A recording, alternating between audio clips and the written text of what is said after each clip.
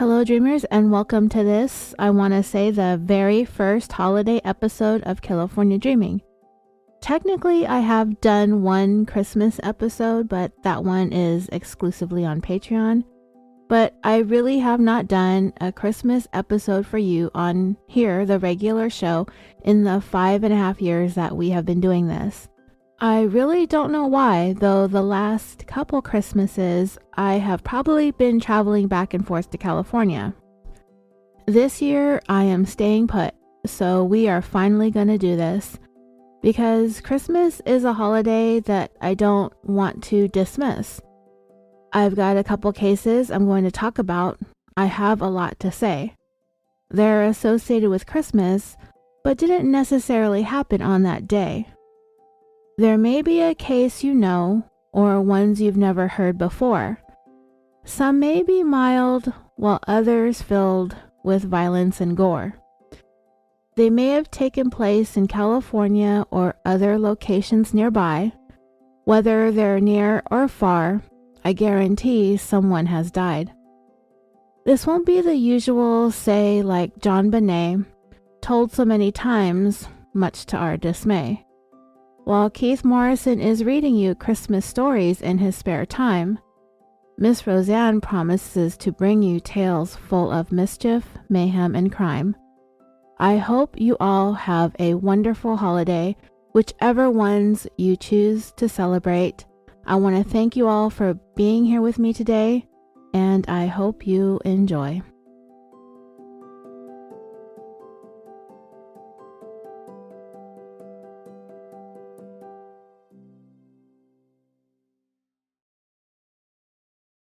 Chapter 1.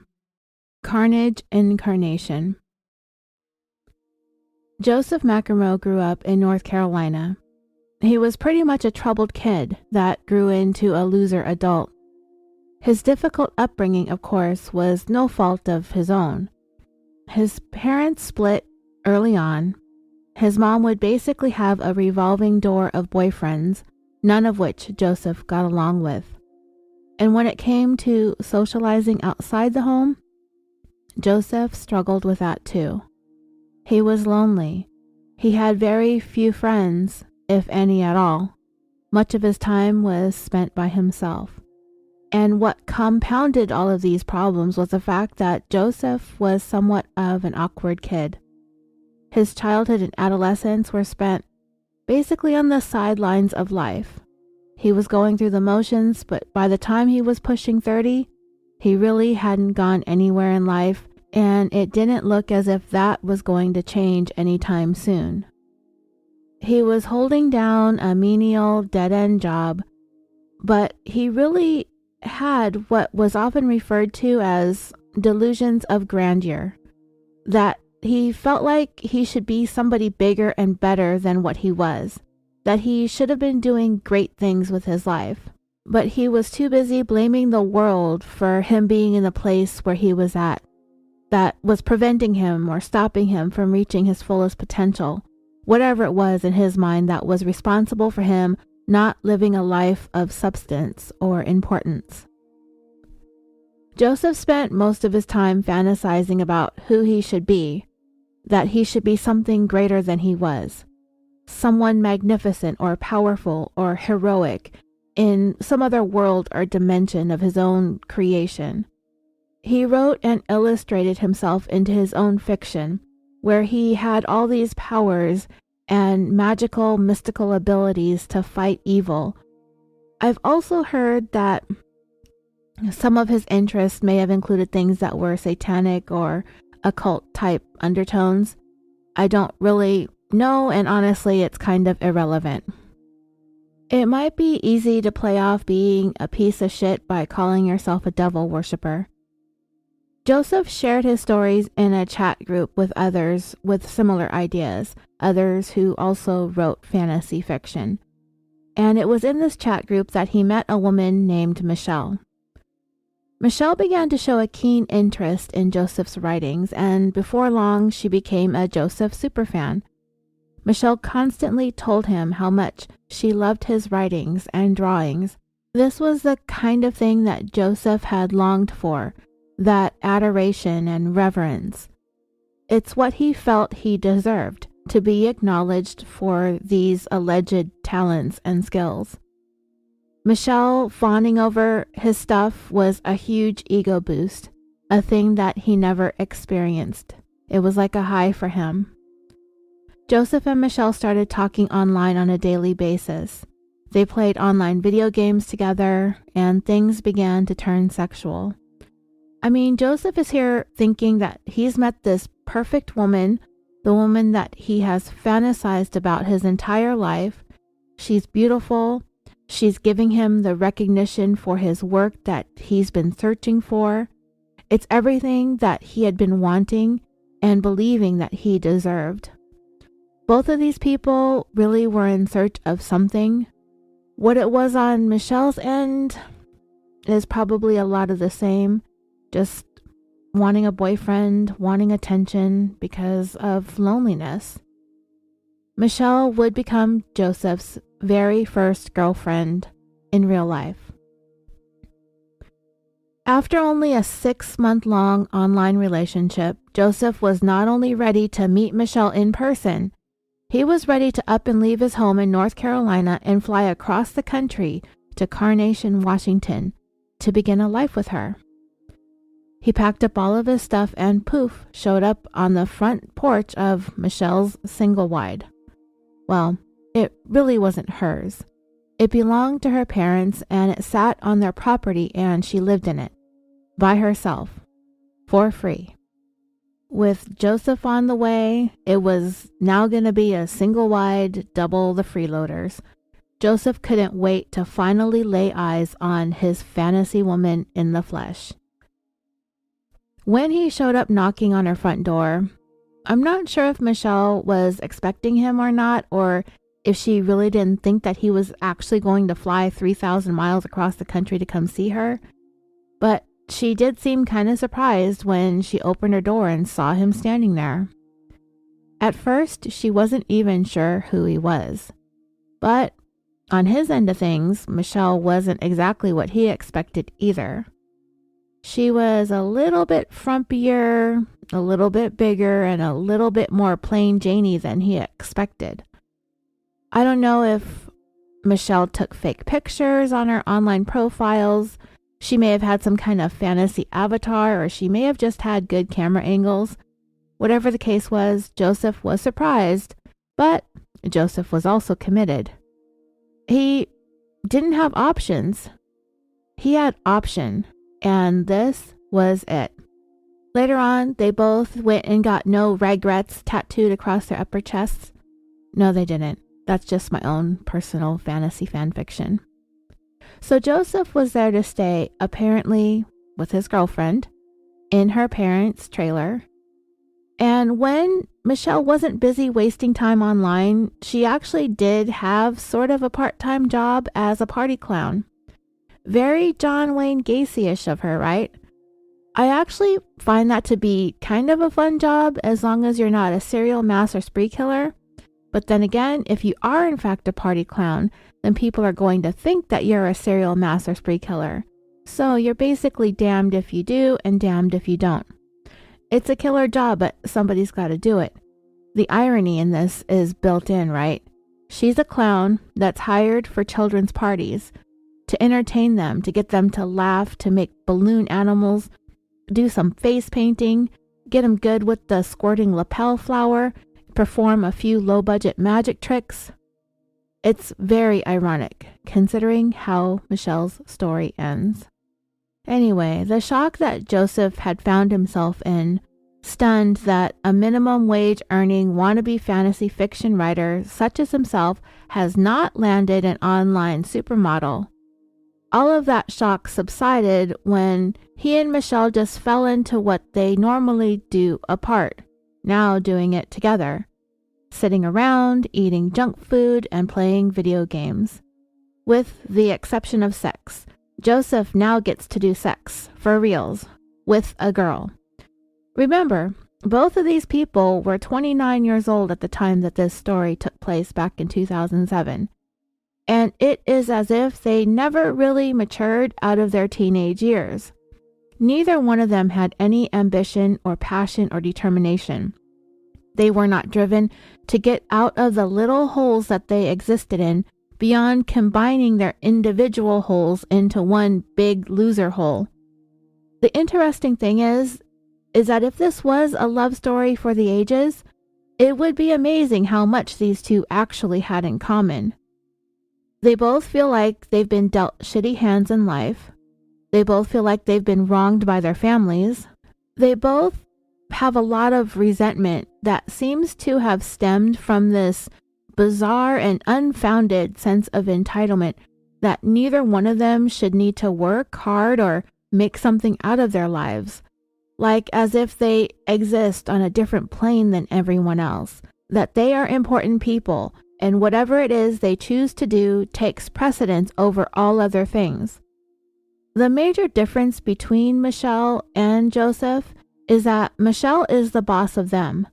That quickly became apparent, that Joseph was to be subservient to Michele.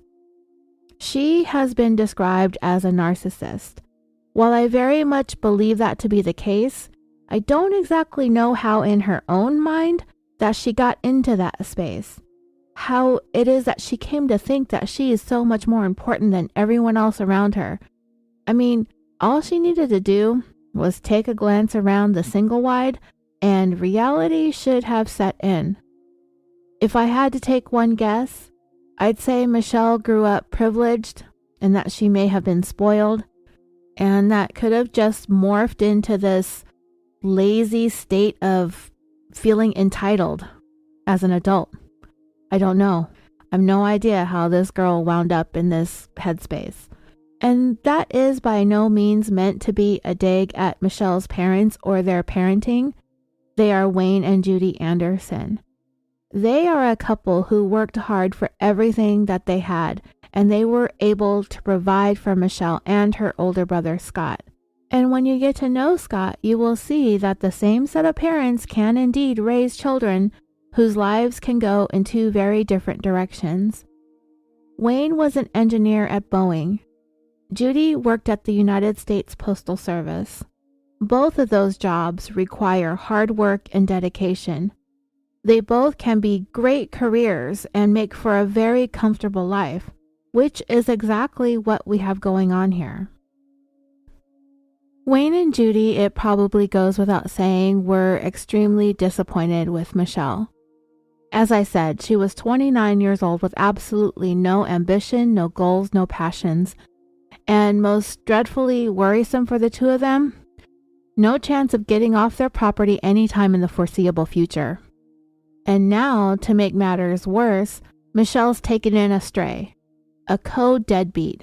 And the last thing that her parents want is to have a litter of mini moocher grandkids populating their trailer. The problems for Michele, however, run deeper than simply finding a job and getting out into the world on her own. In her eyes, her situation is what it is because of not only her parents and their disappointment, but also the fact that she spent her entire life bringing up the rear in the shadow of her older, successful, do-no-wrong brother, Scott. In fact, not only has Michele spent her life perpetually in her brother's shadow, she spent the better part of that time all consumed and basically obsessed with it. And when Scott got married to his wife Erica, it did nothing but to double Michele's resentment.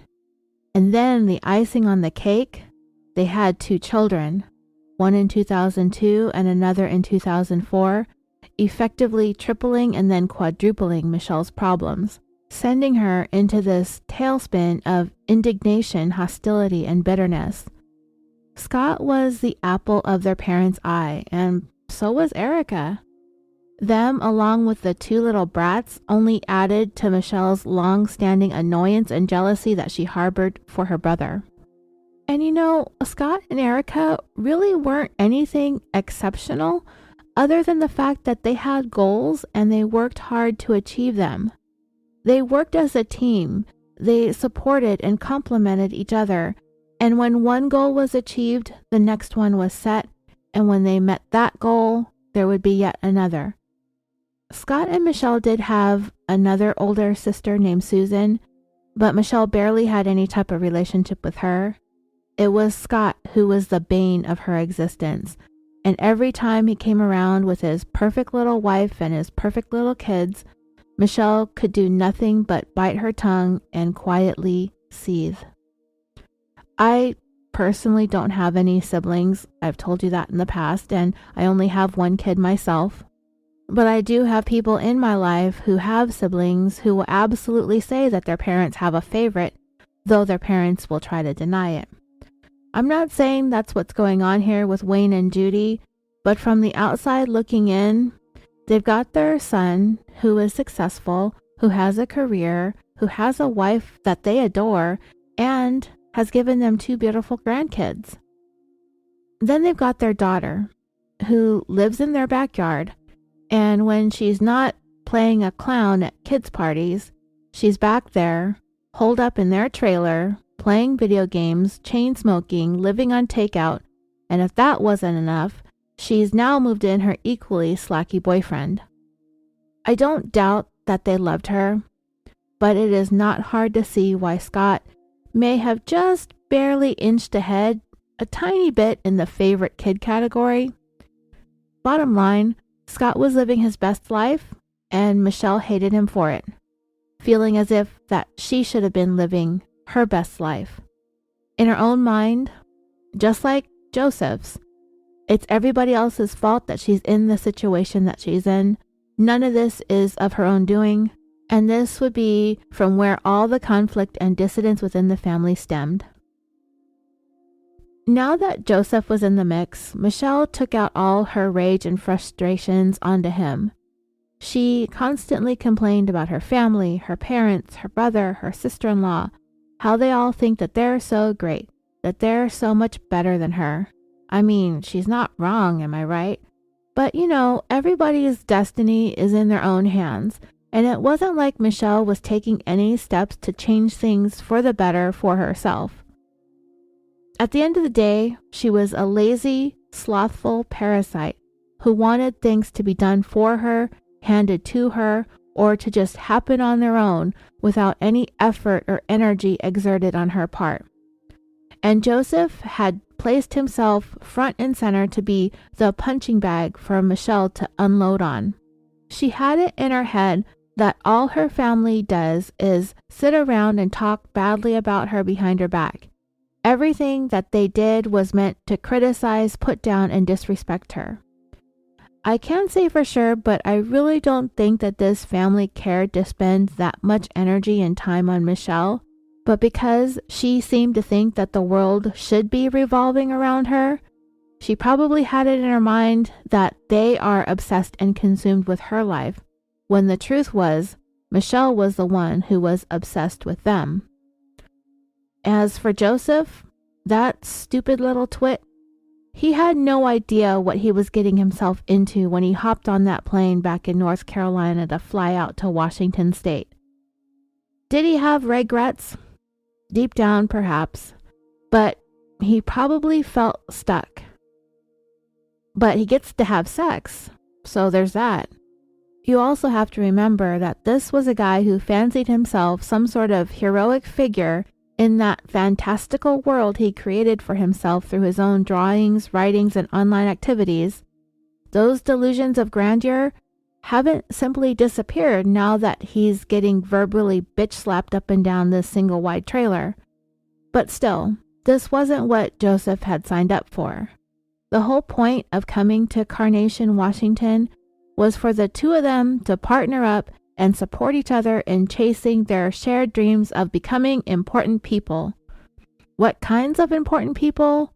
Doing what sorts of important things, and important to exactly who? Only these two malcontents would be able to tell you, because I have no idea. But all they were achieving was basically feeding off of each other's apathy and dejection. But the bigger problem here is that they are so deluded in their own minds that it really made them unpredictable and volatile. One of the odd things going on with Michele is that for quite some time she had been making the claim that her brother had borrowed a large sum of money from her. Where this came from or how it all started is anybody's guess. If I had to take a stab at it, I'd say that it was just something that she twisted up in her own head in that same fantasy world that Joseph has been aimlessly floating around in his entire life. Michele kept telling anybody who would listen that her brother borrowed $30,000 from her. Other times it was $40,000. The amounts changed from telling to telling, when the truth was Michele hardly ever had 2 nickels to rub together, much less anything close to that amount of money. And she certainly didn't lend it to Scott. Where I believe this may have come from is from one of 2 places.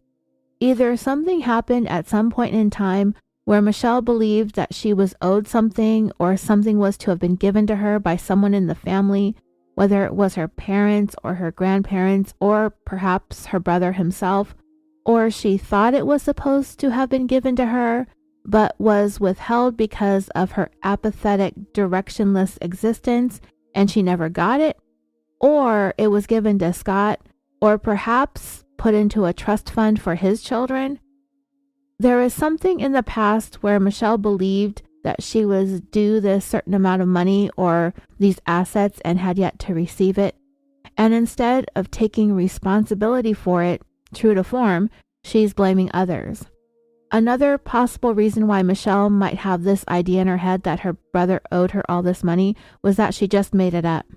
She just used it as an excuse for her piss-poor attitude towards him and his family, and framed it as the reasons why they're so successful and have their stuff together while her life is a train wreck, because they took this money from her and won't give it back.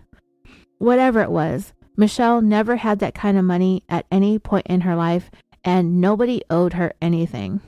Well, except maybe a slap to the face. That would be something that I would give her. Happily even, very happily. So on Sunday, April 8th, 2007, it was Easter, and the Andersons were having dinner at their house. Scott, Emily, and his kids, Olivia and Nathan, they were there, as were Michele and Joseph. The Andersons were really accepting of Joseph. I mean, I don't know how they truly felt deep down, but on the surface, they welcomed him and treated him very nicely.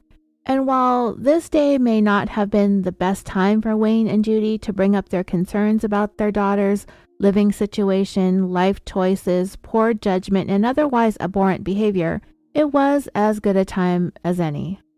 And it was probably one of the few times that they would be able to have everyone in the same room, which would have turned this into an intervention of sorts.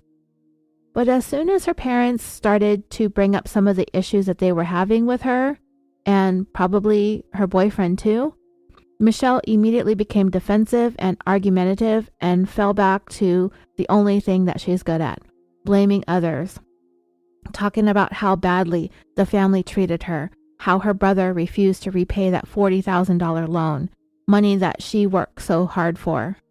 And her brother pretty much laughed in her face and pointed out how absolutely delusional she was. Her sister-in-law was like, "We never borrowed a single penny from you." Michele continued to insist, though, that Scott owed her and that they were all a bunch of thieves and liars. This whole thing was starting to turn into a huge verbal altercation when their father, Wayne, cut off the argument.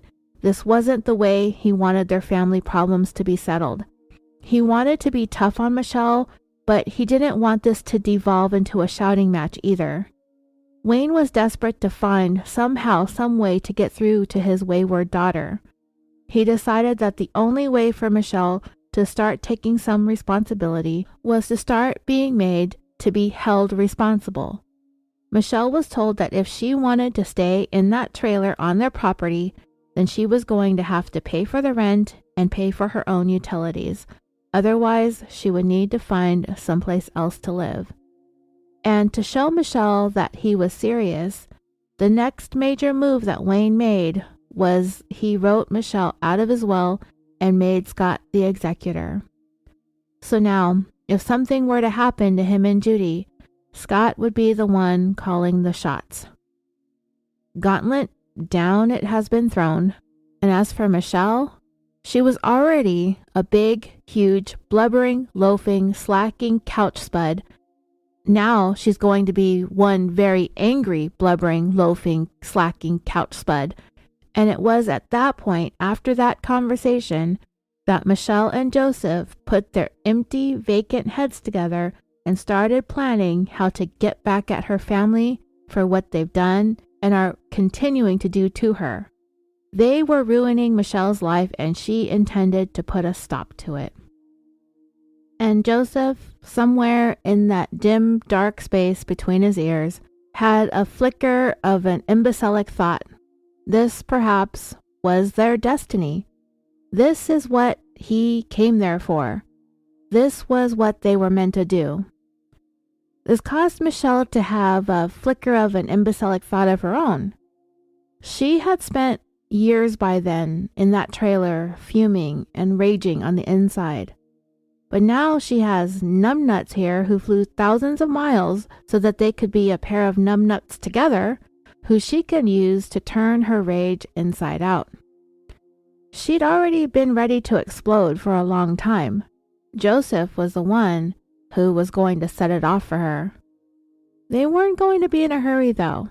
Michele and Joseph were going to take their time, figuring out exactly what they wanted to do, and when would be the perfect time to do it. All was quiet for the next several months. Spring turned into summer, turned into fall, turned into the beginning of winter. And all, for the most part, everyone seemed to be doing was going about their lives just fine. Christmas was quickly approaching, and this was, hands down, the Andersons' favorite holiday. While they did have older grandchildren with the oldest daughter, because of the tension between the siblings, they had long started their own holiday traditions and weren't really coming around. Since Scott and Emily had their kids in 2002 and 2004, at Christmas time, they became the center of attention for proud grandparents Wayne and Judy. Everyone was coming over for Christmas Eve, and in the spirit of the holiday season, all their issues and animosities were to be set aside. Michele and Joseph were welcome to join the holiday gathering for Christmas dinner and for opening presents. Judy and Joseph were busy helping get dinner ready, but it was actually his job to keep Judy occupied while Michele talked to her father. Michele and her father were setting up and getting ready in the living room. Scott and Emily and the kids had yet to arrive. They were scheduled to be there at 5 p.m. All of this was going on about an hour before their planned arrival. Michele was using this opportunity, when she got her dad alone for a moment, to ambush him about this supposed money that Scott owed her. Michele began demanding that her dad force her brother into handing over the tens of thousands of fictitious dollars that he fictitiously owed her. She basically cornered her dad and ordered him to order her brother to pay her. But Wayne told her that he simply wasn't going to do that, that wasn't the time or place to have that discussion, that he wanted to enjoy the holiday, and he implored his daughter, please, let's just have a nice time together for Christmas. The rage inside finally exploded. Michele pulled a gun that she had on her and fired a single bullet at Wayne, missing him by just inches. And everything from there just all went to hell. Judy came running into the living room at the sound of the gunshot, followed closely behind by Joseph. Michele tried to pull the trigger again, but her gun had jammed. Joseph, also armed, stood there as Michele began to scream at him to shoot him, shoot him, shoot him. Joseph, being the chump that he was, did as he was ordered. He raised his gun and shot Wayne one time. He fell to the ground. Judy immediately ran over to her husband, screaming and crying and begging Michele to please don't do this. But on Michele's order to shoot that bitch, Joseph fired 3 shots into Judy. Within minutes, if not seconds, both Wayne and Judy were laying dead in a pool of their own blood on the living room floor. At that point, Michele suddenly lost her tough, ruthless composure and began to slip into a full-blown panic attack once she saw her parents lying on the ground dead. Joseph was in the throes of becoming everything that he had always fantasized for himself, this heroic figure. He was completely composed and full control of the situation at that point. The next order of business was for them to begin the cleanup effort. They needed to get rid of the blood and the evidence in an effort to begin covering up what they had done. But they weren't trying to hide everything from the inevitable arrival of law enforcement. They needed to hide it from Scott and Emily, who were going to be joining them for what they thought was going to be an evening of family Christmas togetherness. While Joseph dragged Judy and Wayne out into the backyard and concealed their bodies in a tool shed, Michele cleaned up the blood as much as she possibly could, at least enough for nobody to notice right away that something violent had occurred in that room. After they were done, they sat there and waited. One of their favorite things that 5-year-old Olivia and 3-year-old Nathan loved to do was to visit their Grammy and Papa, and they couldn't wait to get there on Christmas Eve to see them. And Wayne and Judy adored them just as much. Christmas was always special for them and for the grandkids, and it just had everybody over the moon. When the children walked into the house with their parents, Scott and Emily, they settled into the living room. They sat on the sofa. Scott kicked off his shoes, and then he asked, "Where are Mom and Dad?" It was then Michele pulled out her gun again and pointed it at her brother. She told him that she wanted the money that he owed her for Christmas. But before he had a chance to say anything, Michele shot him multiple times, striking him in the head at least once, killing him instantly. At that point, both Joseph and Michele turned their guns on Erica and began shooting her. As they're doing this, both of their guns ran out of ammunition, and none of those shots that struck Erica were rapidly fatal, nor did any of those gunshots incapacitate her. So when these two were working on reloading their weapons, Erica managed to reach for a nearby cordless house phone and was able to dial 911.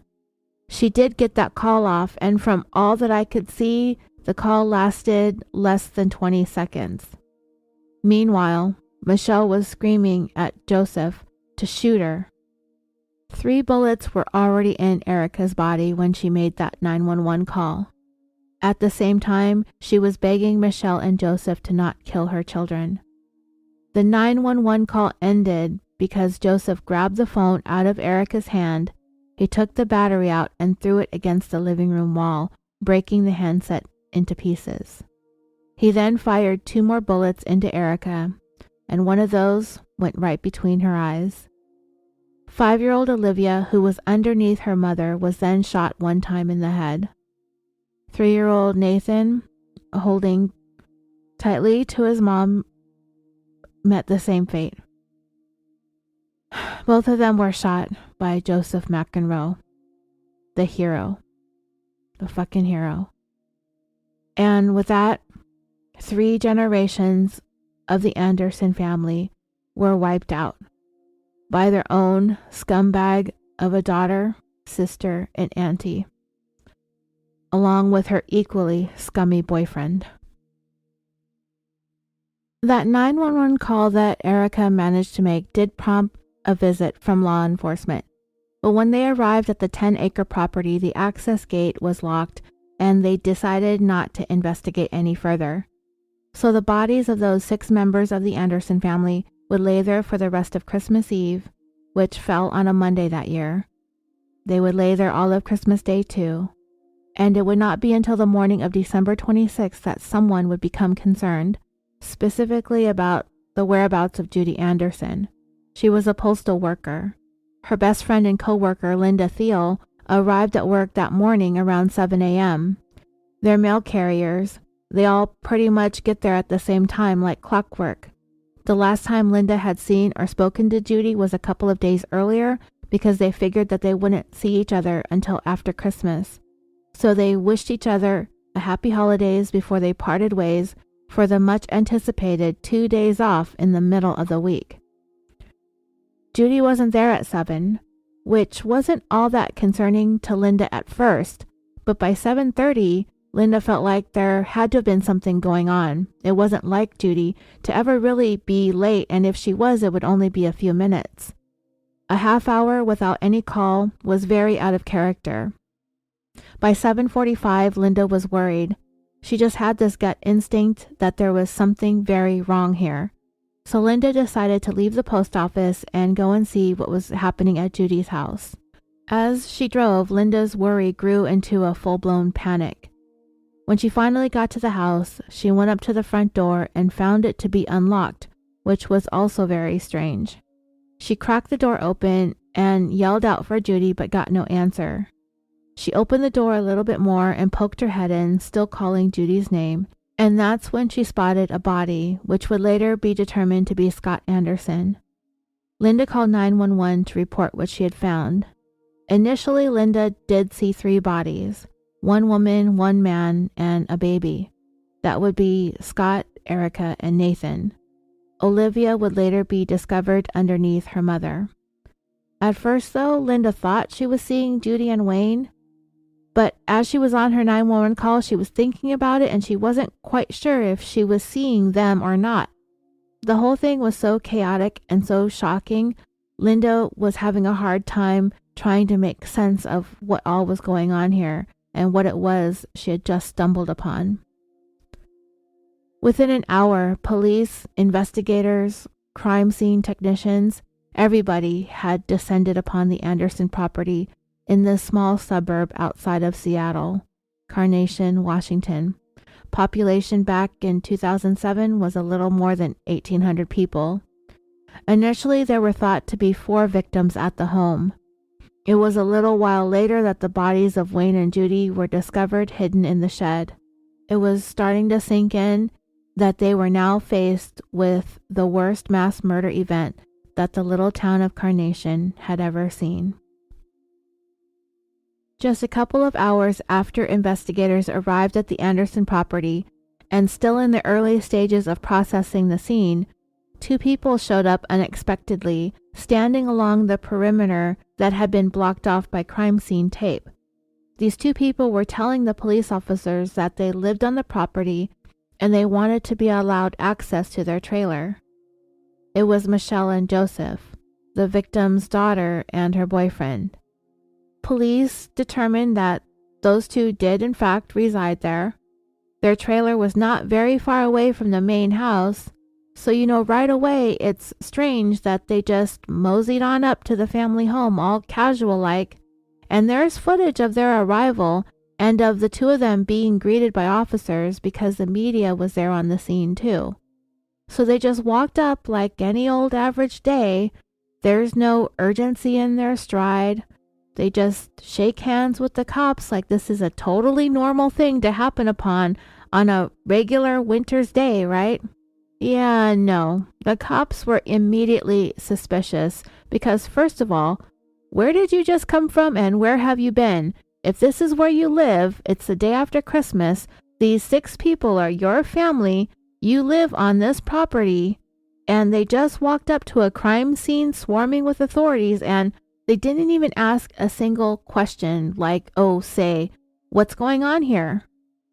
Not that the average murderer is savvy or intelligent, but even fellow family annihilator Scott Peterson had the forethought to stage the scene by letting the family dog out on its leash before he went to go dump his wife and unborn child in the San Francisco Bay, right?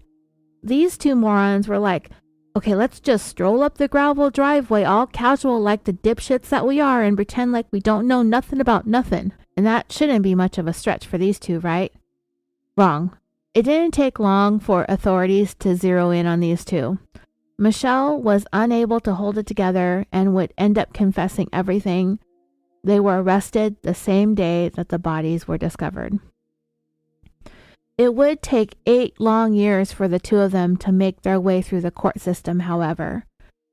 2 days after they were taken into custody, both Michele and Joseph were charged with 6 counts of aggravated murder.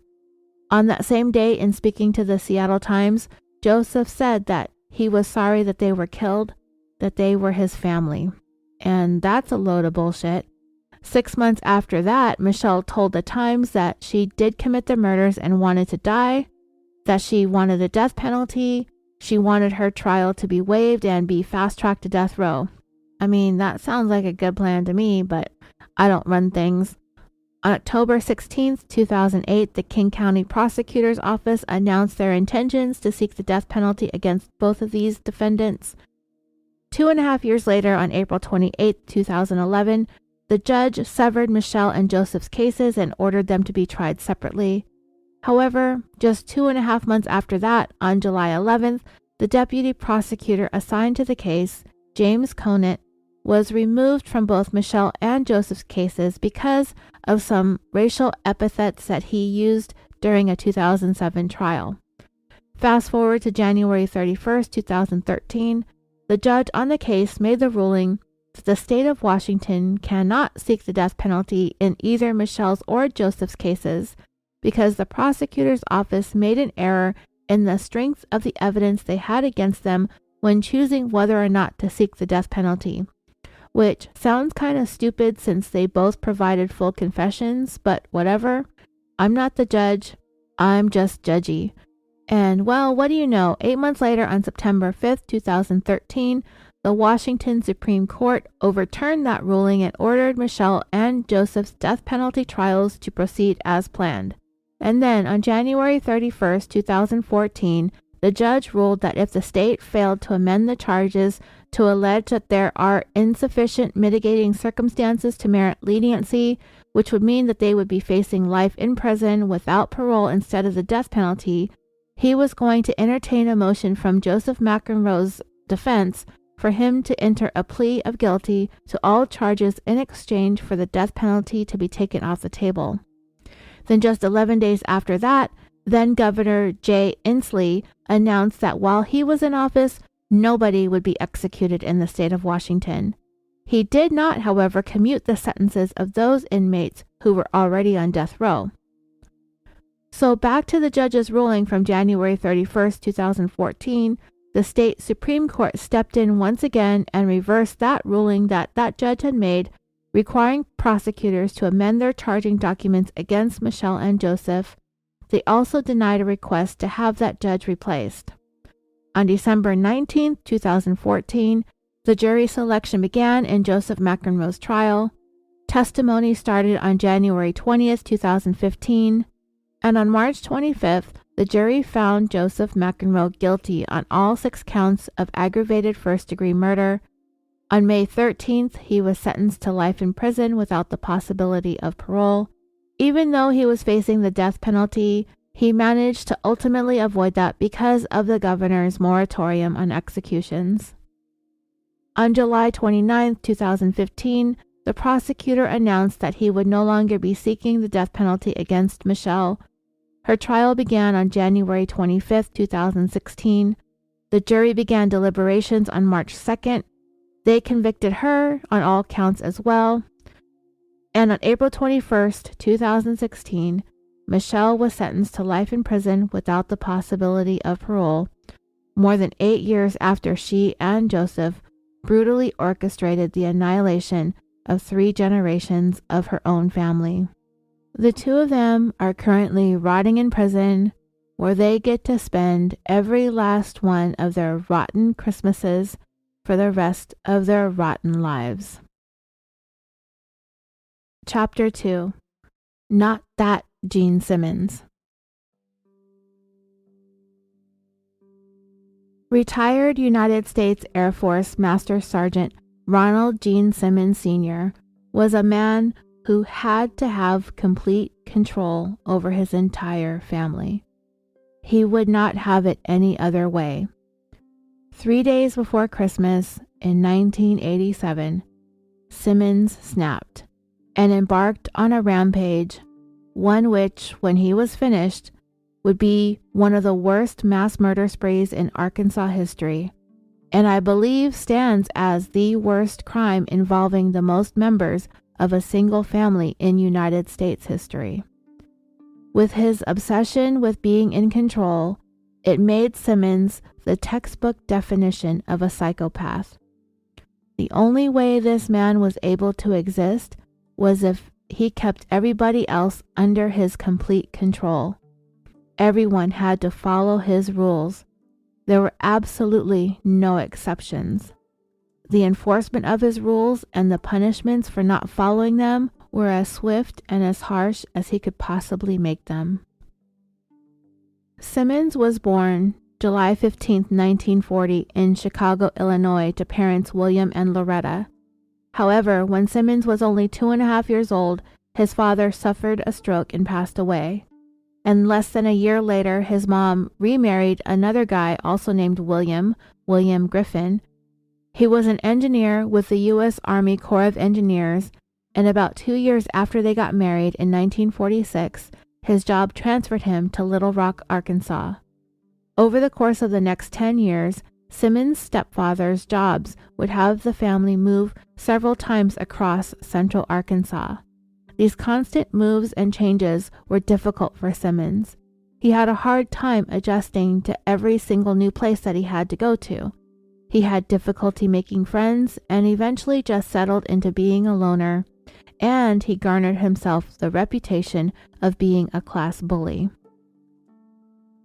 When Simmons was 17 in 1957, his behavior became so difficult and unmanageable, he ended up either getting kicked out of school or he dropped out or was pulled out, and he was subsequently sent to a military academy. While this move was meant to be a punishment for his bad behavior, Simmons actually did really well, having been made to live under the strict and regimented conditions.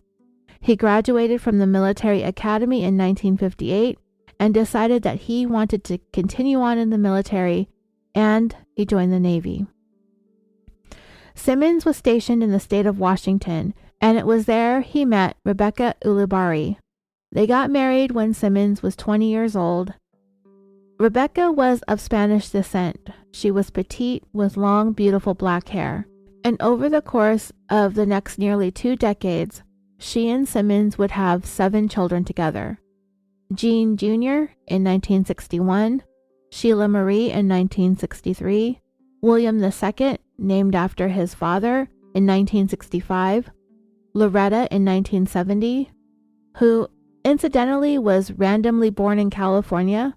All the rest of the children were born in Arkansas, Eddie in 1973, Marianne in 1976, and Rebecca in 1979. Since we're on the Simmons family tree, I want to finish it up now. It gets a little bit complicated and a lot bit problematic. There would end up being 4 grandchildren, the complicated one being the first one born in 1981. Her name was Sylvia Gale, and she was born to the eldest of the Simmons children, Sheila. As it would turn out, Sylvia Gale was not only Simmons's granddaughter, but also his daughter. So yeah, he did that. However, Sheila would later give her daughter her husband's last name, which was McNulty. Their second grandchild was born to their eldest son, Gene Jr. Her name was Barbara, born in 1984. The third grandchild was also born to Sheila, a boy that she named Michael, born in 1986. And also in 1986, their third eldest child, William II, had a son he named William III. So I know it's a big family tree, and you really don't need to remember all of them, though they are important to the story. I don't want you to have to worry about keeping their names straight. In 1987, when this story took place, at least 2 of the oldest children were married.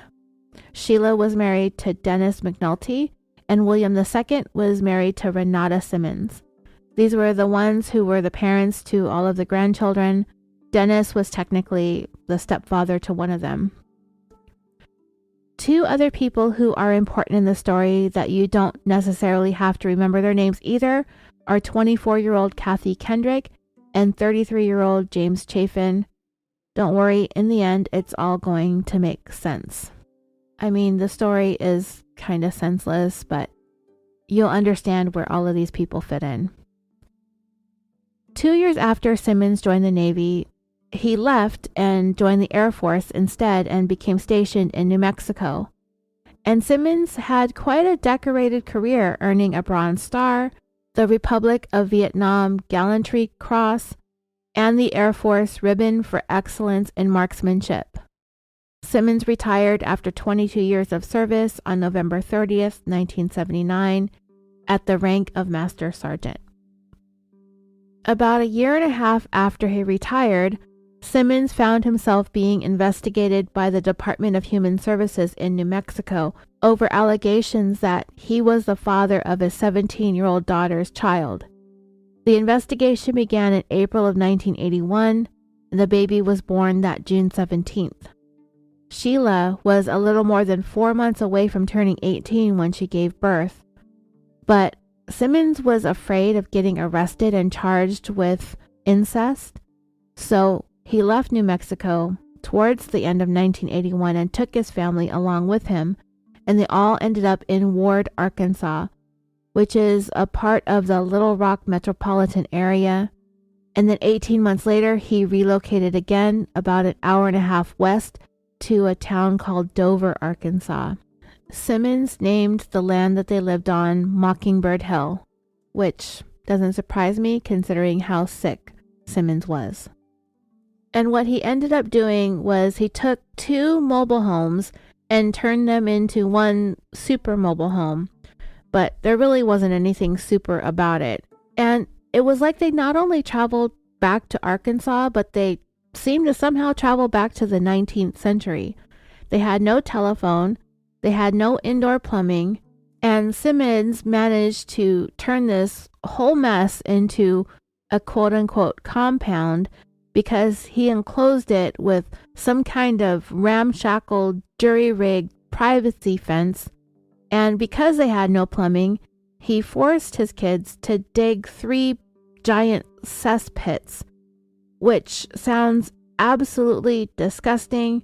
I've never even heard the word cesspit. I've heard cesspool, but yeah, this is where they're going to go to the bathroom. Simmons ended up having a series of menial jobs in the town of Russellville, but the guy just couldn't really hold one down. One, he had to quit because several female co-workers filed sexual harassment reports against him. He found a job working at a mini-mart for a little more than a year, but he just up and quit on December 18th, 1987. And I'll explain more about that later on.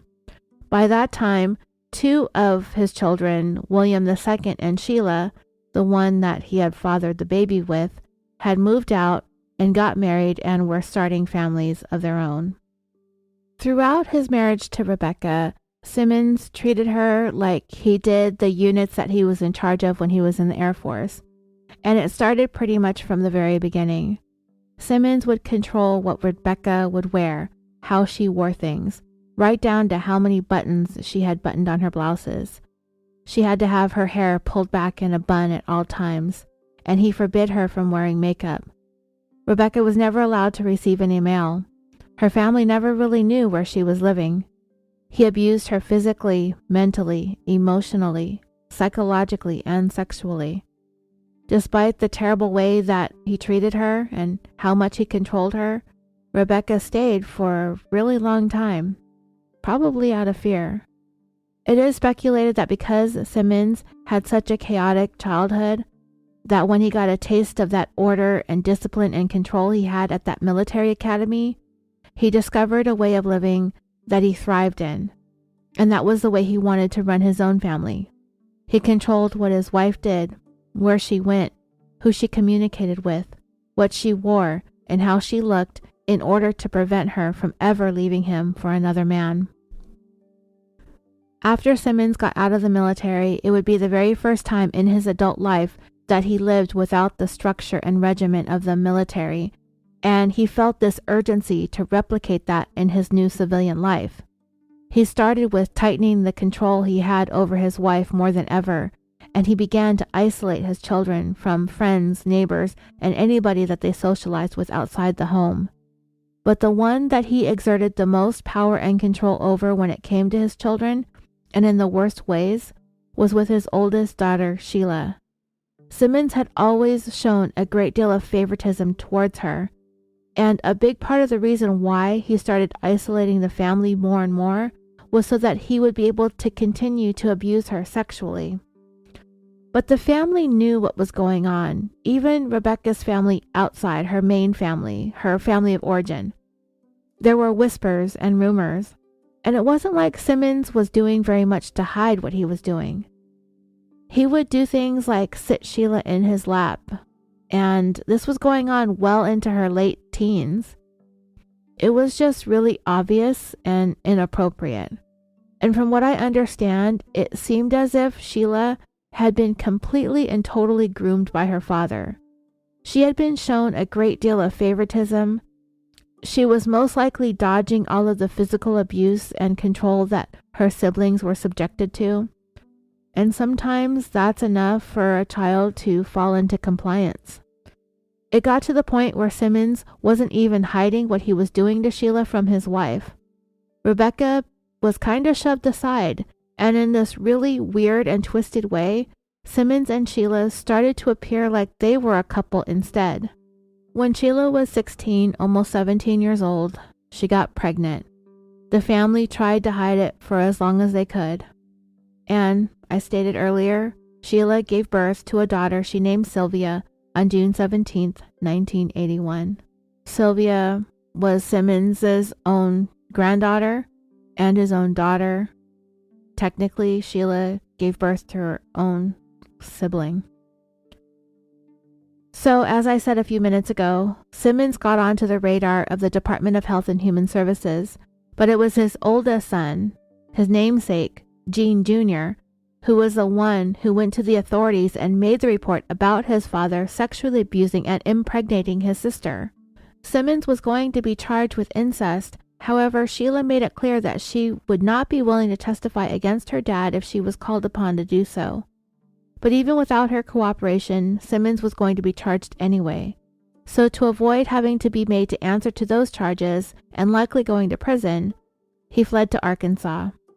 New Mexico authorities eventually gave up on trying to track him down. Being on the run only added to Simmons's need to not only increase the control he had over his family, but to also increase the isolation for himself and his family from the rest of the world.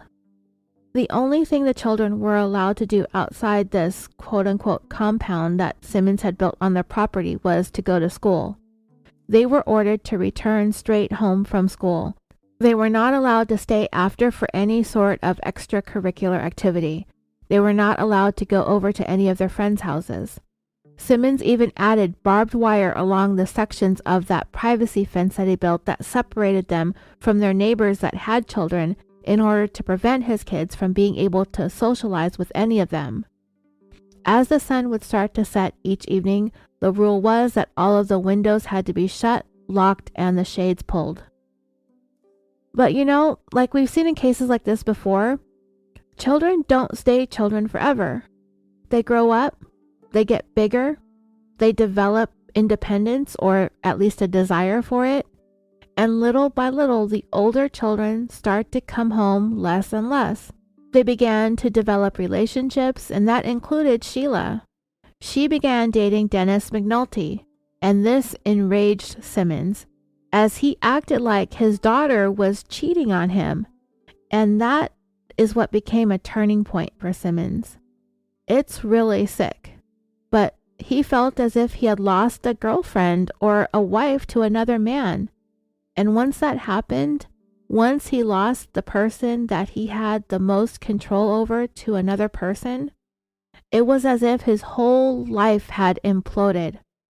Nothing would ever be the same for Simmons or his family once he viewed this as Sheila having left him. Simmons began cutting himself off from everyone and everything, including his family, not even speaking to any of them.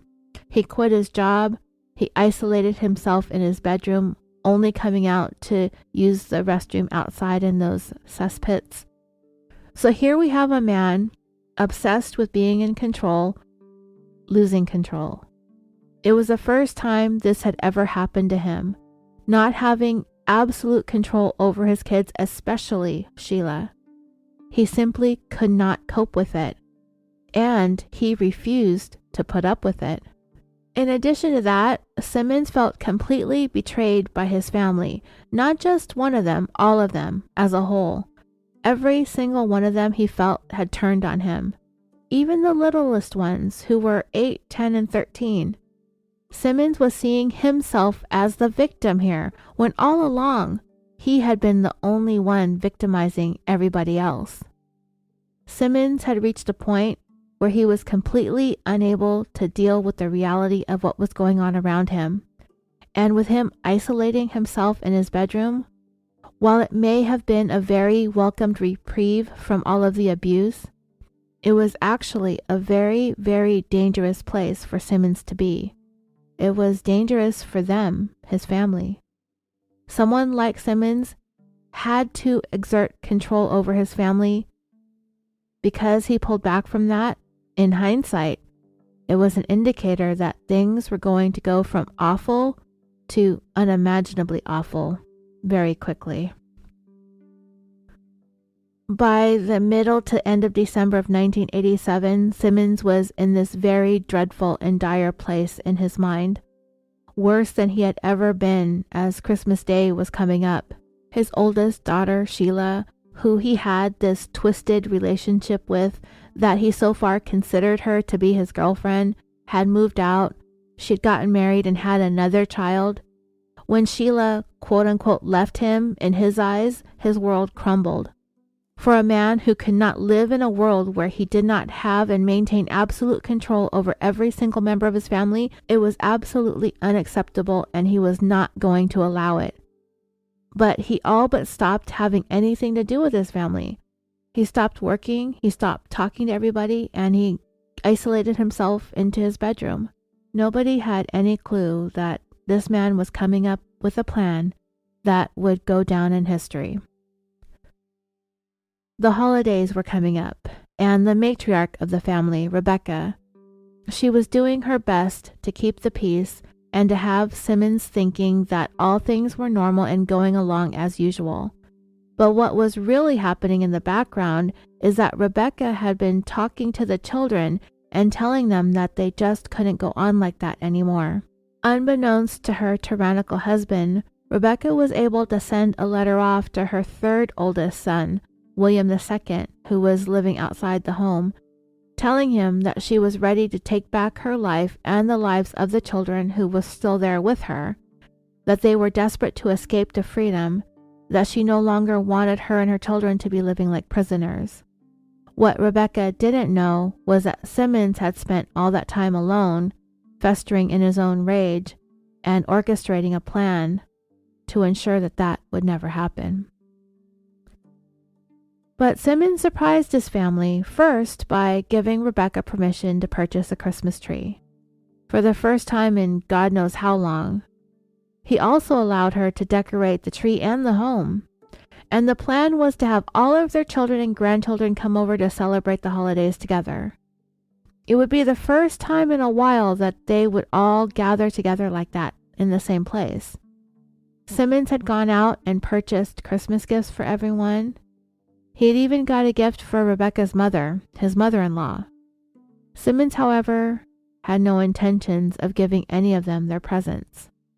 Remember, this is a man who had been full of rage for just about his entire adult life, and he had really been stewing in it for months by the time the holidays came around. He's not gotten better. He's not turned over a new leaf.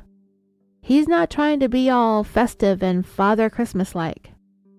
Simmons had been keeping his fury tamped down for just the right time, and that right time was Christmas time. On Tuesday, December 22nd, 1987, Rebecca and Simmons saw all of the children off to school that day with the exception of 2 of them. Once they were gone, Simmons retrieved a crowbar and bludgeoned Rebecca about the head. It didn't kill her, but it did knock her unconscious. At home at the time with them was their oldest son, Gene Jr., and his 3-year-old daughter, Barbara. With the house all decorated and thinking that she's going to get presents from her grandpa, he called her into the living room, and he instead wrapped his hands around her neck and strangled the life out of her. That's 1 dead. Simmons next took the crowbar and bludgeoned her father, his son, 26-year-old Gene Jr., and shot him 4 times in the face. That's 2 dead. Simmons then went back to where his wife Rebecca lay and put 2 rounds into her head. That's 3 dead. Later on that afternoon, as the children arrived home from school, Simmons instructed them to wait in one room and that he was going to call them into another room one at a time because he had a present for each of them. And one at a time, they each met with death. 17-year-old Loretta, strangled. That's 4 dead. 14-year-old Eddie, strangled. That's 5 dead. 11-year-old Marianne, strangled. That's 6 dead. 8-year-old Becky, strangled. That's 7 dead. From there, Simmons dumped all 7 of them into one of the cesspits, the very cesspits that his children had been ordered to dig so that they would have a place to go to the bathroom. 4 days later, on Saturday, December 26, 1987, the rest of the family were invited by Simmons for a post-Christmas family dinner. They had no idea that more than half of their entire family were dead. After they had all arrived, Simmons first murdered the adults. His oldest daughter, and the one that he was so despondent over, 24-year-old Sheila, was shot. That's 8 dead. His 3rd oldest son, 22-year-old William II, shot. That's 9 dead. His son-in-law, Sheila's husband, 33-year-old Dennis, shot. That's 10 dead. His daughter-in-law, William II's wife, 21-year-old Renata, shot. That's 11 dead. Then Simmons turned his sights on his remaining grandchildren. The one he fathered with his daughter Sheila, 6-year-old Sylvia, strangled. That's 12 dead. Sheila's 2nd child, 1-year-old Michael, strangled. That's 13 dead. And the last member of Simmons' family, 1-year-old William III, drowned. That's 14 dead. Simmons next took the bodies and laid them all in a row in the living room and covered them with jackets, with the exception of one, the daughter that he was in love with, Sheila. He laid her body on the dining room table and covered her with a beautiful tablecloth that had once belonged to his mother. Sheila had betrayed him in the worst way, and he just could not let her go. He wrapped the bodies of his 2 one-year-old grandsons in plastic and placed their bodies in an abandoned car at the end of the lane that led to his property. With the murders of all 14 of his family members, Simmons effectively exerted the ultimate act of control over their lives and their deaths. They would never be able to leave him again. He would forever be in charge of each and every single one of them. From there, Simmons drove to the nearby town of Russellville where he had once worked. He went to the Sears. It turned out Simmons had ordered presents for his children and his grandchildren. They were just still sitting there at the Sears store waiting to be picked up. I guess he wanted to keep the presents for himself. That evening, he went to a local bar. He had a couple of drinks and then he went home. He spent the rest of Saturday the 26th and Sunday the 27th watching TV and drinking beers. But the killing wasn't quite over with. On Monday, December 28th, he took his oldest son, Gene Jr.'s car and drove it to Russellville again. He stopped in at a Walmart and bought another gun. Because this is 1987 Arkansas, I guess there was no waiting period, no applications, no background check. He next drove to the law offices of Peel, Eddy, and Gibbons He entered the building and shot and killed 24-year-old receptionist Kathy Kendrick. That's 15 dead. Simmons had apparently been infatuated with Kathy at one time, but she rejected him. And he, for reasons only he would know, blamed her for all of his problems. Simmons next drove to the Taylor Oil Company. He entered that building and shot and wounded Rusty Taylor, the owner of the mini-mart where he had worked for 18 months before he quit. He also shot and killed 33-year-old Jim Chafin, a man that Simmons did not know. That's 16 dead. Jim Chafin was a firefighter but also a part-time truck driver for the oil company. Simmons shot at a third employee in the building but missed that person, and after that, he left. He next drove to the mini-mart where he had once worked and shot and wounded 2 employees, Roberta Woolery and David Saylor. Simmons' final stop would be another place where he used to work, the Woodline Freight Company. He tracked down his former boss, Joyce Butts, and shot and wounded her in the chest and in the head. He then ordered another employee, Vicki Jackson, into an office at gunpoint and told her to call law enforcement. Vicki Jackson later reported that Simmons told her that he had come to do what he wanted to do and that it was over. He got everybody who had wanted to hurt him. When the Russellville police arrived at the freight company, Simmons surrendered without incident. The state versus Gene Simmons Sr. Considering all that he had done, having murdered 16 people, 14 of them being his own family, his case moved along surprisingly quick through the court system. In short order, Simmons was found competent to stand trial. He first stood trial for the murders of the 2 people who weren't members of his family, Kathy Kendrick and Jim Chafin.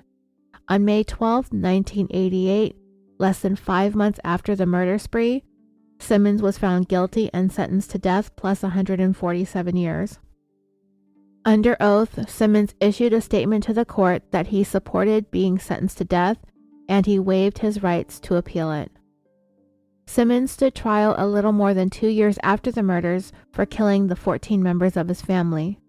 This one was a bench trial and he was found guilty on all charges on February 10, 1989. During the trial, the prosecutor presented an undated note found inside a safe deposit box belonging to Simmons, where he wrote of an intense love and an intense hate for his daughter, Sheila. When the judge ruled the note admissible, Simmons lunged at the prosecutor, punching him in the face, and attempted to reach for the court officer's gun. Simmons was subdued and placed in chains and leg irons. He was subsequently given more death sentences on March 16, 1989. For a second time, Simmons waived his rights to appeal the sentence. The following month, Simmons was again found to be competent to make that decision, which was the refusal to appeal his death sentences, because you have to be competent in order to do that. As a direct result of Simmons' refusal to appeal his death sentences, the United States Supreme Court case Whitmore v. Arkansas was triggered. When Simmons was convicted and sentenced, the laws in the state of Arkansas did not require automatic appeals of death sentences. Not only did Simmons choose to not appeal his sentence, he wanted to be fast-tracked to the death chamber. And I'm not mad at that. His statement to the court reads as follows: I, Ronald Gene Simmons Sr., want it to be known that it is my wish and my desire that absolutely no action by anybody be taken to appeal or in any way change this sentence. It is further respectfully requested that the sentence be carried out expeditiously. So as long as Simmons was found to be competent, which he was allowed to waive those capital appeals. His sentence was verified and his execution was going to move forward when another Arkansas death row inmate named Jonas Whitmore filed a lawsuit on not only his behalf but also on behalf of Gene Simmons Sr. In August of 1986, Whitmore was invited into the home of 62-year-old Essie Mae Black. Even though she did not know him, she offered him some milk and some cookies, and for her kindness, Whitmore stabbed her 10 times, slit her throat, and sliced an X into her right cheek and robbed her of $250. At trial, Whitmore insisted that when he was inside Mrs. Black's home, that he had a flashback of his childhood sexual abuse, and this caused him to lash out. Whitmore was sentenced to death for Mrs. Black's murder.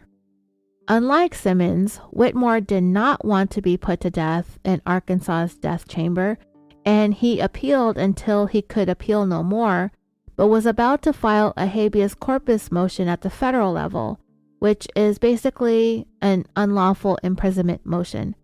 He wanted to have Simmons' death sentences appealed in Arkansas because he thought that if his habeas corpus motion in federal court was successful and he was granted a new trial and convicted again, that when it was time for sentencing, his one measly murder would look way less awful compared to Simmons' 16 murders. This lawsuit Whitmore filed was his attempt to force Simmons to appeal his case, where Whitmore claimed that he was suffering injury by Simmons' refusal to appeal, and that there was an absence of Simmons' murders to be considered during his sentencing review, that the lack of an appeal in Simmons' case violated the constitutional protections against cruel and unusual punishments and due process, and Whitmore filed his lawsuit as next friend to Simmons in an attempt to force, using Simmons' name, the appeal that Simmons himself had waived. The Arkansas Supreme Court rejected Whitmore's motion to intervene in Simmons' case, though Whitmore was given a stay of execution by the United States Supreme Court in March of 1989 in order to allow more time for it to take his case into consideration. 13 months later, however, the Supreme Court ruled against Whitmore, rejecting the claim that he was being injured because of Simmons' case and that he could not prove that Simmons filing an appeal would change any future sentencing outcome, that the mandatory appeal of Simmons' case was not a right that could or would be granted to Whitmore personally, that it was not cruel and unusual punishment for Simmons to not be forced to appeal his death sentence, and therefore Whitmore had no cause of action. Furthermore, Whitmore was not eligible to file his lawsuit as next friend of Simmons because not only did Simmons voluntarily and of sound mind waive his rights to appeal, but this next friend was meant for those who were unable to litigate their own cause because of mental incapacity, lack of access to court, or some other disability. I know all of that was a mouthful. If you didn't quite understand it, because amazingly I did, I will put it in writing and post it for you if you would like. Because of Whitmore's lawsuit, Simmons' execution was stayed. His first death warrant had been signed by then Governor Bill Clinton, and while he was having his last meal and watching some last TV, Simmons was told that today was not going to be the day. But 2 months after the Supreme Court said, "Yeah, no," to Whitmore's lawsuit, Governor Clinton signed death warrant number 2 for Simmons, and he was put to death on June 5, 1990. Whitmore met the same fate 4 years later on May 11, 1994. Along with being the worst mass spree killer in Arkansas history, and the worst murders involving a single family in American history, Simmons also broke the record for being the quickest sentence to execution time since the death penalty was reinstated in 1976. In his last day, Simmons refused all visitors, he refused to see his attorney, and he refused to see clergy. Nobody claimed his body after he was dead. Either he killed everybody that may have, or nobody cared to, or both. So Simmons was buried in a pauper's plot at a cemetery in Varner, Arkansas. And to him, I say goodbye and good riddance. This guy got a much more dignified burial than his family did. Chapter 3. Santa is not going to be kissing Mommy this year. The third and final story we are going to discuss today takes place back in good old Southern California. Our first two chapters involve disturbing and horrifying cases of family annihilators. And while this third chapter also involves family, there aren't nearly as many victims, only one this time. But this story you'll find to be quite disturbing in its own right. Unfortunately, there is very little to be found out there about the individuals involved in this story, so this final chapter will be shorter than the first two. Za'zell Preston was married to a man named William Wallace. At the time, Za'zell was 26 years old, born December 5th, 1985. She was a native of Orange County, California. At the time, Wallace was 30. They hadn't been together for very long, at least relatively long, about a few years, maybe 3 or 4. And by the time our story took place, most of their relationship had been wrought with very intense, vicious fights, with Za'zell being on the receiving end of Wallace's violence. Prior to his relationship with Za'zell, Wallace had a long history of domestic violence with previous intimate partners and relationships, including at least one conviction for domestic battery. He had been married once before, but that marriage ended sometime in 2008. When Za'zell met Wallace, she had 2 daughters from a previous relationship. She and Wallace also had a baby together, born in November of 2011, just 7 weeks before our story takes place. I found Za'zell's Facebook page, and it doesn't really go back all that far. In fact, I reached the beginning of it with just 5 finger scrolls on my phone. And because there is so little out there about her, I'm going to share some of her posts with you so you can get a sense of her state of mind in the 2 previous years of her life. Her first uploads were in an album she called Model Shots from November of 2009. And Za'zell does indeed look like she could be a model, but her pictures do look like they were taken with a 2009 cell phone. The resolution just isn't that great, but she is very beautiful nonetheless. In one post on November 20th, 2009, she wrote, "I am happy with my success in my life." But less than 2 months later, on January 12, 2010, Za'zell wrote, in all caps, "I'm so sad, man." And then in the comments, she said that life was stressing her out and she wanted to go back to school. After a string of ranty, negative, complainy posts on April 22nd, 2010, Za'zell posted, "I am so happy my art was chosen to be in the student art show." So here we have a little bit of an insight into Za'zell, that in addition to being an aspiring model perhaps, she was also an artist in some capacity. From there, Za'zell had another series of really negative posts. She ranted about haters and stupid people in her life, real friends, fake friends, and so on. Those go from April of 2010 to October. And then in November, her post was a positive one that said, "Today is a beautiful day. It feels so great to find your own true inner happiness."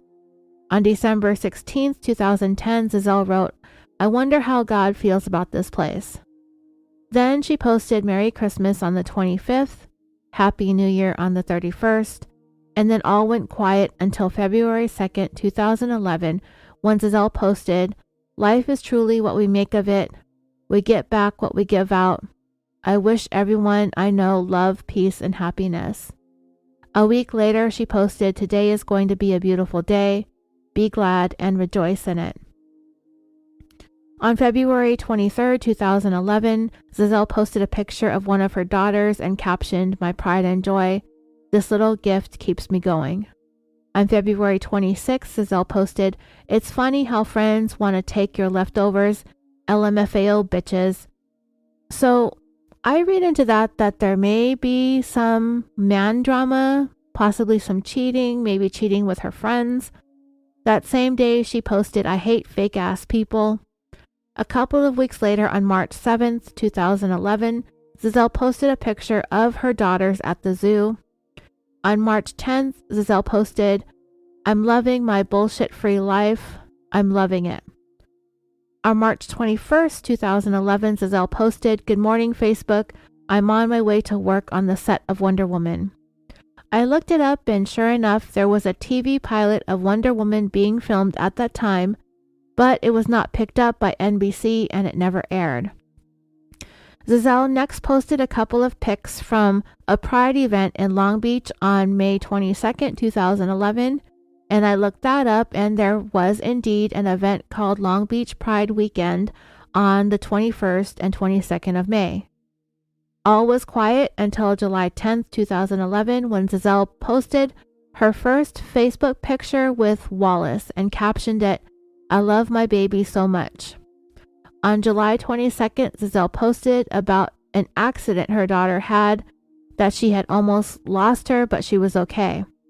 In the comments, Za'zell said that she had an accident in her mom's pool that's only 3 feet deep, that her daughter had let go of the edge and started to drown, but Za'zell quickly spotted her under the water and jumped in and saved her, and that her daughter was okay, but Za'zell was pretty shaken up. The next day, Za'zell posted a picture of Wallace with hearts around it and captioned, I can't wait to see my sexy-ass husband next week. I love my baby more than air with this fine ass. But 2 days later, Za'zell was angry again when she posted, I don't know why MFers are so damn stupid AF. People make me want to slap the dog shit out of their stupid ass, I swear. I can't afford to fight 6 months prego, but I will if I have to. In the comments, Za'zell said that she was referring to some comments in the previous picture she had posted of Wallace. While the comments seemed to be gone, it appears as though it may have been one of Wallace's exes that was snooping around on her Facebook. It's just a lot of nonsense, ex-girlfriend drama, I guess, or ex-wife. Za'zell had a couple of more ranty posts later on that same day. Then 2 days later, on July 26, 2011, Za'zell posted a picture of something she said were tamales that her neighbor gave her. She captioned, are tamales supposed to look like this? My neighbor gave that to me. I'm not effing with that, ew. But then in the comments, one of her friends explained, and I was today years old when I learned, Cuban tamales are wrapped in banana leaves, which would explain the dark green color and odd shape of the tamales in the picture she posted. Now, if I would have seen those tamales in person, I would have definitely been on board with that, because lots of Vietnamese things that I love are wrapped in banana leaves too. Za'zell replied to the comment about those being Cuban tamales by saying, oh, I see. I thought they were leaves from outside. I'm used to the other kind with the corn wrap stuff. And I'm like, me too, girl, me too, but I need to try me some Cuban tamales now. I just don't know where to get them. On July 28th, Za'zell posted, God, please help me. All she would say in the comments was that she was having a really hard time. She figured being pregnant was making her more emotional and she needed to try harder to stay calm. The next day, she posted, I'm so happy my husband is home. Thank you, Jesus. Where was he at? My guess would be at the side chicks or at the county jail, but I don't know. Za'zell didn't say in her post. On July 31st, Za'zell posted a picture of herself sitting on Wallace's lap in front of a fountain captioned, My husband and I had a beautiful day yesterday. By the way, none of her friends, and she doesn't really have that many, there's like about 60 of them, none of them ever comment on Za'zell's positive, happy posts. Just on her angry, ranty ones if they comment at all. On July 31st, Za'zell posted a picture of herself and Wallace kissing and captioned, Lovebirds for life. On August 4th, Za'zell posted, This little baby got me eating Mexican food every day. He loves it because that's all I eat.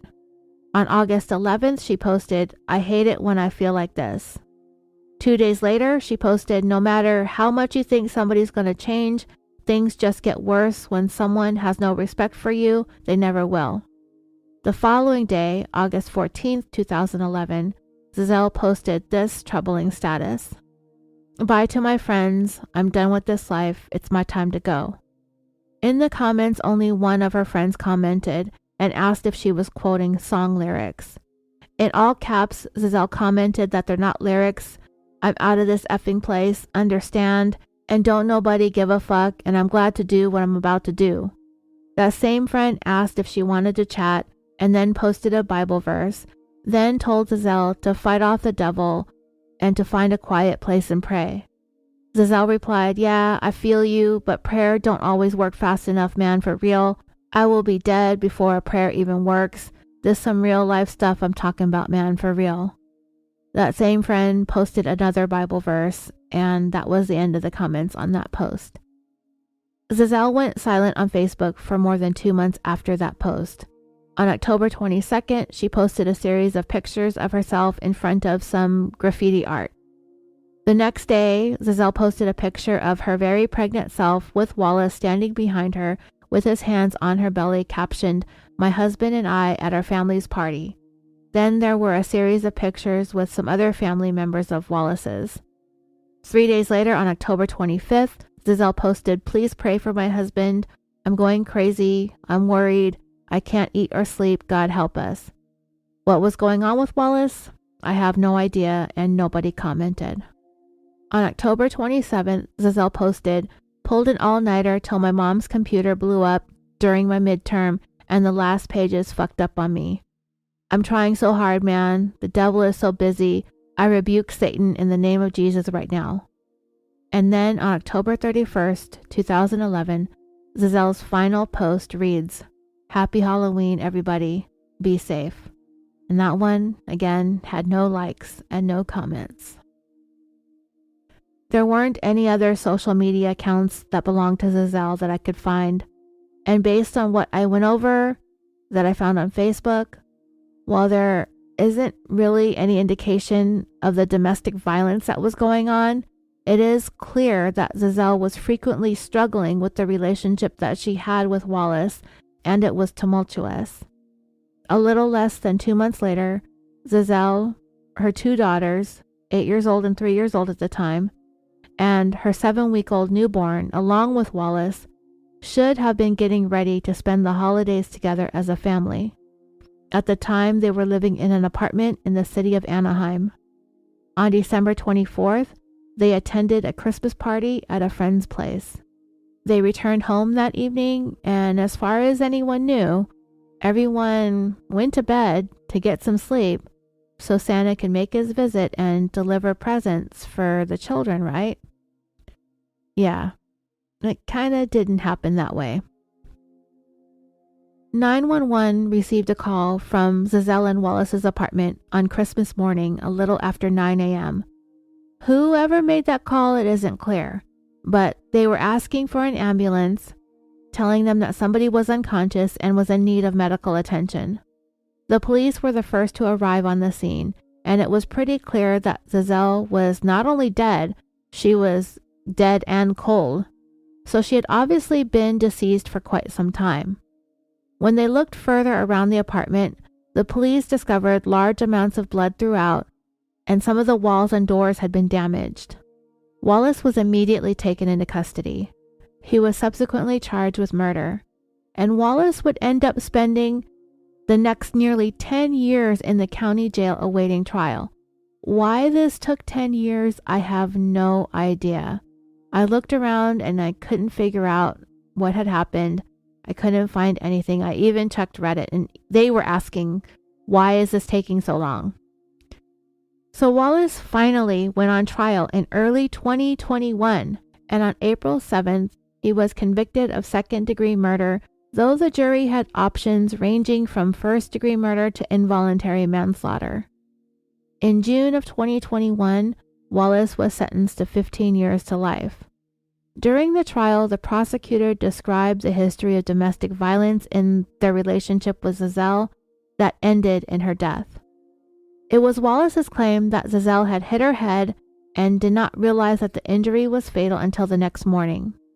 Wallace's attorney claimed that both of them had been drinking at that party, and Za'zell's injuries were of her own fault, her own doing, and not caused by Wallace, and that there was nothing to show that Wallace ever intended to kill her. The prosecutor, however, of course, disagreed, pointing out that Wallace had made previous threats to Za'zell's life, and this night on Christmas Eve, he finally made good on those. The daughter, who was 8 years old at the time of her mother's death, was 17 when she gave testimony at Wallace's trial. She told the jury how her mom and her stepdad were arguing when they arrived home from the Christmas party they went to earlier in the evening. She talked about how that argument eventually escalated from verbal to physical. She said that Wallace pushed her mom into a glass table. After she fell and broke the table into shards of glass, he then asked her, only 8 years old at the time, to help him pull the pieces of glass out of her mom's body that were stuck in her skin. When they got most of the glass out, Wallace then picked Za'zell up to take her into the bathroom to try and clean her up, but in doing so, he dropped her and he caused her head to slam into the side of the toilet. The daughter stated at trial, after she hit the toilet and I think she passed away, he just took her to the bedroom and put her down to sleep while she was deceased. That is what I remember because she was cold. The daughter said the next morning she and her little sister woke up and went into the living room to open up their presents. Wallace had dragged her mother's body into the living room, propped her up on the sofa, and put sunglasses on her. He then placed their 7-week-old son somehow in her arms or in her lap, and then told the girls that their mommy ruined Christmas, that she got drunk and ruined Christmas. Ironically and sadly, Za'zell was only weeks away from graduating from Cypress College, where she had been studying to become a domestic violence counselor, inspired in part by her own personal experiences. Her 3 children were left in the care of her mother, Za'zell. Wallace is going to be eligible for parole in February of 2024. He was convicted just a year and a half ago, but spent nearly a decade in jail, so he had all that time served. The bright side of this final chapter of this episode is that, unlike the killers in the first 2 chapters, William Wallace did not harm those children. And we can only hope that he spent his time in jail and in prison working on himself, getting counseling, and getting educated, because he is going to be free again soon, and he will only be in his early 40s. So if the system works like it's supposed to, we will hopefully never hear from William Wallace again, unless he's going to give a TED Talk on how he turned his life around.